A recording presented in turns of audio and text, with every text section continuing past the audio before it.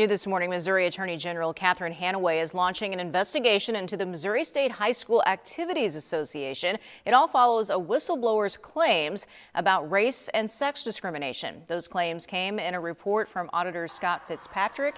According to Fitzpatrick, a review conducted by his office outlined a policy barring certain individuals from serving on the MSHSAA board solely because of their race or sex. A whistleblower said that he was told by MSHSAA that he was not eligible for an at-large board position specifically because he was white and a man. MSHSAA's constitution requires at-large seats to be filled by a candidate representing the underrepresented gender or an underrepresented ethnicity.